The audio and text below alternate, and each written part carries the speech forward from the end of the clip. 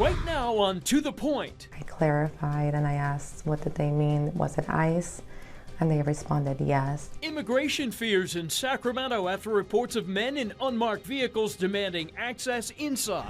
Plus, the USS Abraham Lincoln gets relief as military families push for change. We felt like we were heard by leadership, so we felt like we needed to be heard everywhere else. Marking 5 years since the Caldor fire, the lessons learned in the Lake Tahoe Basin, and new images tonight. The concern for California as Lake Mead hits a new record low. Tonight, a local lawyer says a surprise visit from ICE agents turned into a tense morning. Good evening. Thank you for joining us on To The Point. I'm Walt Gray, in tonight for Alex Bell. The incident happened at a law office in Natomas. ABC 10's Jeannie DeWin joins us now live in studio with what happened. Jeannie. Walt, the attorney, is an immigration attorney and believes she's being targeted because of her job. She's concerned these agents will return as the Trump administration continues to tighten immigration policies. There's definitely a lot of just bad news all the time, to be honest, coming from either the Board of Immigration Appeals overturning decisions that have been the law for many years, or even hearing about ICE breaking into people's houses without a search warrant. After practicing immigration law for the past 14 years, this past year has been especially difficult for Raisa Morris. It's been a scary time for I think a lot of immigration attorneys are under a lot of These parking spots are normally reserved for patients of this dental office or clients of the immigration law firm next door. Instead, both businesses say this area was taken over by unmarked vehicles. I know that 4 cars were here at one point. I got a message from my staff members that immigration was here. I clarified and I asked, what did they mean? Was it ICE? And they responded yes. Morris's staff got this clip of this man exiting her office in what appears to be regular clothing. The one that did came in had a badge, at least, same ICE. Came in through this door. We usually have this door unlocked because clients come in. Morris says the man did not get any further than the lobby because he did not have a warrant. But she says he was adamant on inspecting her office. The ICE agent said that, he just wanted to make it really easy, that he just wanted to come into the building and check if I had any beds for my clients here in our offices. After turning the man away without a warrant, Morris says the man left with a warning. They could have a list from Washington, D.C. with clients listing this as their mailing address. And at any time, even at 3 a.m., if they were looking for somebody, they could come and break into my building and to look if I had my clients here living in the building. Next door, Dr. Daniel Azardoui noticed his patients were getting uncomfortable. I was going back and forward, so I had to mitigate some of the stuff that was happening inside my office as well. He says he approached the unmarked vehicles and tried talking to the men inside them. He noticed they all had guns, and after multiple attempts to ask for their identity, he says they ignored him. While it's unclear if this visit was conducted by ICE, Morris says knowing your rights is important. Know your rights. We all have rights under the Constitution. We don't have to allow anybody into our private premises if they don't have a search warrant signed by a judge. And I reached out to ICE and DHS to confirm if agents visited this law firm and if they plan on getting any warrants for any future visits. I did not receive a response in time for this story, Walt. So, Jeannie, you were in the office. Did you see any beds in your time there? From what I observed, no, I did not see any beds, but we did a brief visit, so if there were beds, it wasn't obvious to me. Okay, Jeannie DeWin, thank you. Elsewhere in the news, a Sacramento nonprofit that helps young people experiencing homelessness says they may have also gotten a visit from ICE agents this morning. The video from Wind Youth Services, the CEO says these men identified themselves as ICE and wanted to speak to a young person who claimed to want to self-deport.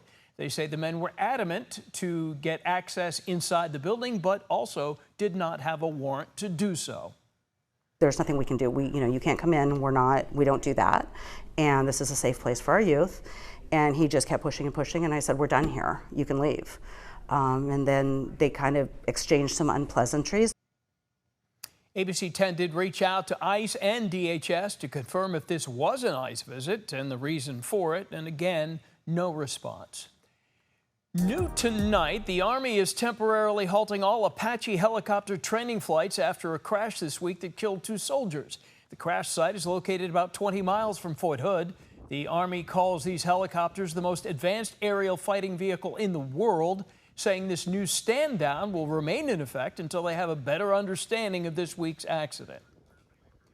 And tonight, the USS Washington carrier, George Washington, the carrier group, now heading to the Middle East amid concerns on the USS Abraham Lincoln.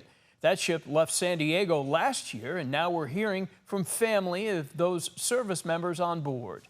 Alex Lai from our sister station in San Diego has this.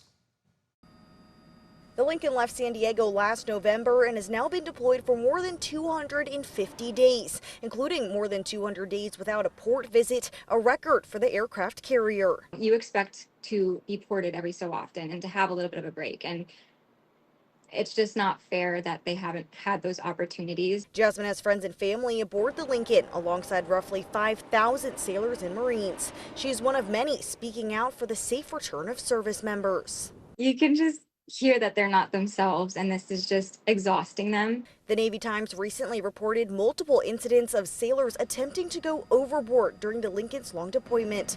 The report also says about 200 family members raised concerns at a San Diego town hall last week, including reports of deteriorating mental health, shortages of basic supplies, water contamination, and plumbing issues. Jasmine was there and says families left without the answers they hoped for. We felt like we were heard by leadership, so we felt like we needed to be heard everywhere else. She says the George Washington's deployment has given her hope her family will soon come home. They want a real return date. They want decent conditions for their loved ones in the meantime. And I think people just want to know, how will they know when the mission's been accomplished? Representative Mike Levin says relieving the USS Lincoln is not enough. He, alongside other Democratic lawmakers, are demanding for more information from the DoD about what led to the reported conditions. We just want to know what's really happening so that we can do our best to help those Marines and sailors and to prevent this from happening again. The Navy confirmed a sailor went overboard earlier this month and was quickly recovered and treated. But the Navy says it has not identified an increase in reported suicidal ideation or attempts aboard the ship. The Defense Secretary has called reports about conditions aboard, quote, completely misrepresented. Alex Lai on that. President Trump spoke about the USS Lincoln today, dismissing concerns, but confirmed the ship will soon be replaced. Still ahead, tracking possibly the strongest El Nino ever, how people are getting ready. Plus 5 years since the start of the Caldor fire. A look at the recovery still going on. Brendan. Temperatures this weekend much better than the last couple of weekends. We're below normal in the 80s on Saturday and low 90s on Sunday. I've got a full look at the forecast after the break. But first, in other headlines tonight, Luigi Mangione pleading guilty to stalking charges in a federal court Friday, all in connection to United Healthcare CEO Brian Thompson's death nearly 2 years ago. Mangione still faces second-degree murder and weapons charges. He has pled not guilty to those charges. Above-ground construction on the new White House ballroom will have to stop next week unless the Supreme Court steps in. A lower court found President Trump did not have the authority to move forward without congressional approval. While a legal battle does play out, construction on security features below ground will continue. And all things Disney will take over headlines this weekend. The company's annual convention in Anaheim now underway, where big announcements are expected about shows, movies, and theme park changes. This year, fans who could not make the event will be able to stream some of it from home. All right, as we've been reporting, a historic El Nino event is expected to bring wetter than normal conditions to California. Forecasters are warning flood protection could be critical this winter, with El Nino expected to bring wetter conditions. In Stockton, crews are upgrading a Brookside levee, while county officials urge residents to know their flood risk and prepare emergency kits. Brendan, you've been a lot of talk in the weather office the last couple of days about this. You got done a lot of homework, and there's some examples right there. Yeah, and there's good reason to be prepared and make sure that levees and our water systems are ready for the rain that we can't say for certain will fall, but that we have very good data to suggest it will be a historic winter. There's at least a very good chance of it being a historic winter. And I say this because we look at the other three very strong El Nino years, 82 to 83, 97 to 98, and this one's 2015 to 16. Look at 82 and 83 and 97, 98. These were some of the wettest years on record, 134 total years going back to 1893. Some of the wettest years on record across the state. Now, 2015-16, little different. That type of El Nino was more centrally located over the Pacific. Yes, there are different flavors of El Nino. This one underperformed in Southern California for sure, but even in Northern California, it was a top 40 wettest year. So we can expect there to be a lot of rain this winter. We just can't say for certain that it will happen, but we do know that our wettest winters happen in very strong El Nino years. And so that's what's setting up, and this is why we've got to pay attention and be ready. Today, 79 once again in Sacramento, 84 Stockton, 85 in Modesto. Cooler in the San Joaquin Valley than the last couple days, and yesterday we're 79 in Sacramento. So a couple days in the 70s for the capital city. We're still in the 70s and low 80s right now. That onshore wind is not as strong as what it was yesterday. So the cool down, not as quick as yesterday. 77 right now as we look towards the Tower Bridge. Winds about 10 miles per hour out of the southwest. We'll fall through the 60s through the overnight. Saturday morning starts off in the 50s, and we'll likely have a few marine stratus working their way into the valley. And you see that right there on Futurecast, but those clear out. And we're back to sunny skies for Saturday afternoon and no storms across the Sierra Crest. Forecast highs a little bit warmer. We're back in the 80s, 86 in Sacramento tomorrow, 89 in Stockton, 90 in Modesto, some 70s up in the high country, and a little warmer still on Sunday, back towards seasonal in the low 90s. High pressure does not build all the way back in, though, as we go through next week, so we're not going to heat up. We're going to climb back towards seasonal in the low 90s, and it's really not going to get any warmer than that over the next 10 days. There's not much to complain about with this forecast. It could be very hot this time of year, and you know what? It just isn't. Well, it's awesome. It's awesome. All right. Thank you, Brendan. Still ahead. Marking 5 years since the start of the Caldor fire, the rebuilding still going on. And new images tonight showing record low levels at Lake Mead. What it means for California. Today marks 5 years since the Caldor fire began. The fast-moving wildfire devastated Grizzly Flats and nearby communities, pushing towards South Lake Tahoe, shutting down highways 50 and 88 for weeks. As the Caldor fire has ripped through the communities here at Echo Lake, we unfortunately have come across an area that fire crews could not save. That's our own John Bartel in 2021. More than 1,000 structures were destroyed. The fire burned more than 220,000 acres. The U.S. Forest Service determined a bullet strike sparked the fire. It took firefighters more than 2 months to fully contain this one. Rebuilding continues 5 years later. Many fire survivors have been living in RVs, unable to afford a rebuild, yet unwilling to leave the community they call home. On Monday, Grizzly Flats will hold a ribbon cutting for 2 more homes that have been resurrected. Forest restoration projects also underway. On Wednesday, Tahoe leaders will come together for the 30th annual Lake Tahoe Summit. They're expected to speak about lessons from the Caldor fire that are now guiding future projects. ABC 10 will bring you coverage throughout the week, and that is next week.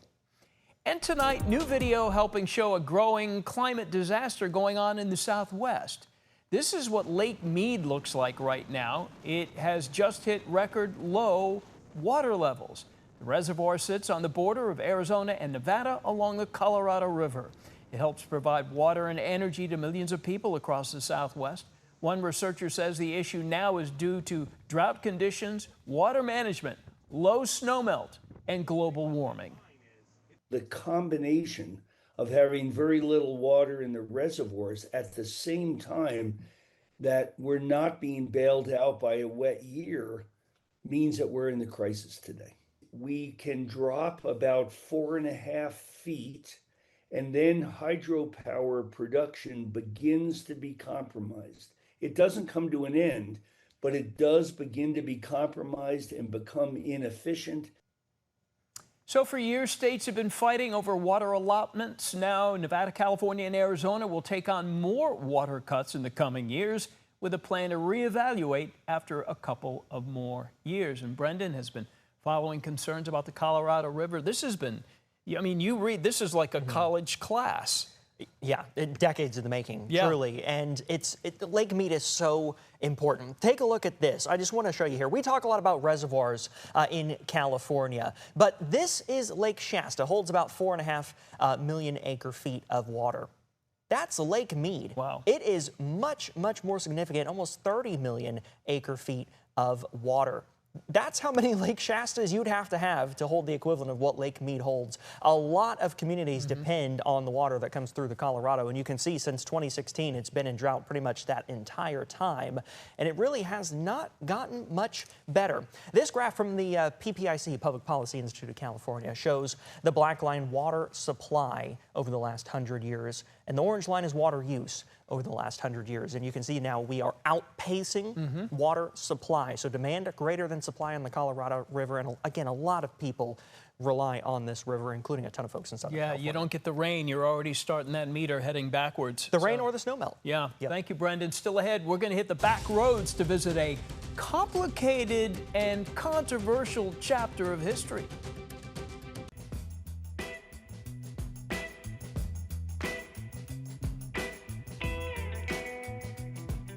Time to hit the back roads. Tonight, our friend John Bartel takes us inside a former bordello that preserves a complicated and often controversial chapter of our history. What women left behind is now helping Idaho tell the full story of its past.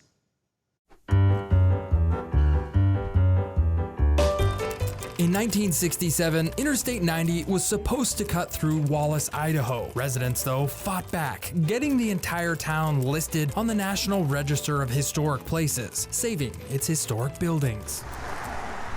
And it's a good thing they did, because otherwise we wouldn't know how much it cost to go to the bordello. 1988, what we have been told is the miners were making $35 a day. $35 could be gone per hour. Well, this may not be the history lesson you expected, but before you judge the Oasis Bordello Museum, Miss Pam and Miss Tina ask visitors to keep an open mind. You can't change people's minds about bordellos. We're trying to. Inside are antique massagers, revealing clothes, and even the original service menu. But those artifacts tell the story of Madame Ginger, one of Idaho's last known bordello owners. Oh, it is, truly. Because everything that, when they left in 1988, they thought they were coming back. And so they left everything. It's been moved around a little bit, but it's never left this house. When the FBI shut down the operation in 1988, Ginger thought it would only be temporary. The women packed a few things up, but never returned. The federal agents were up here for over 2 years. The old timers that the girls used were never reset. The day's payouts are still written on the wall, and even the ashtrays appear to be frozen in time. Miss Pam says it's one of the most complete time capsules of a working bordello in America. We had silver and the bordellos up here. That's what we were famous for. They were shiny, we were a little tarnished. But if you climb the stairs, the novelty begins to fade. The rooms look surprisingly ordinary. A couch, an old TV, a shared kitchen. These weren't only places of business. They were also places where the women lived together. She wanted to take pictures of these girls looking like sisters, mothers, your sweetheart at home. She wanted to look normal, and I think she did a good job. For many women in the mining West, especially widows and those without support, prostitution was one of the few ways to earn a living. But it's estimated that Ginger was, in today's money, would be making upwards of $1 million, and any girl that was working regularly, upwards of $100,000 a year. Business was profitable, but Ginger believed that success meant supporting the town. If you give to your community, they're going to give back to you. If you give to people, they're going to be more receptive to you. The madam bought school band uniforms, provided Christmas presents, and even closed the bordello down for more than 3 months after the Sunshine Mine disaster, so widows and their children could stay here for free. Ginger, from this house, she shut this house down and sent her girls on vacation for over 3 months, and they housed the widows and their children and took care of them. The Oasis Bordello doesn't hide Wallace's complex history. it preserves it. A lot of people come in with assumptions, and then we give them little tidbits. The Oasis Bordello Museum isn't asking visitors to celebrate prostitution. It's asking them to understand the women behind it, the women whose stories helped shape Wallace and the stories that were almost lost forever. I feel proud of these women. They helped shape the West. From the Oasis Bordello Museum in Wallace, Idaho, I'm John Bartell. Hope to see you on the back roads. All right, John, thank you. Safe travels. For more of Bartell's Backroads destinations on the ABC 10 TV streaming app, all under the Shows tab. Scroll down to Travel, Bartell's Backroads. Download the free app to your TV. And if you have something you think we should be looking into, reach out to the team here. Or reach out to the-point@abc10.com. Have a great night. The A's are hosting the Texas Rangers right now.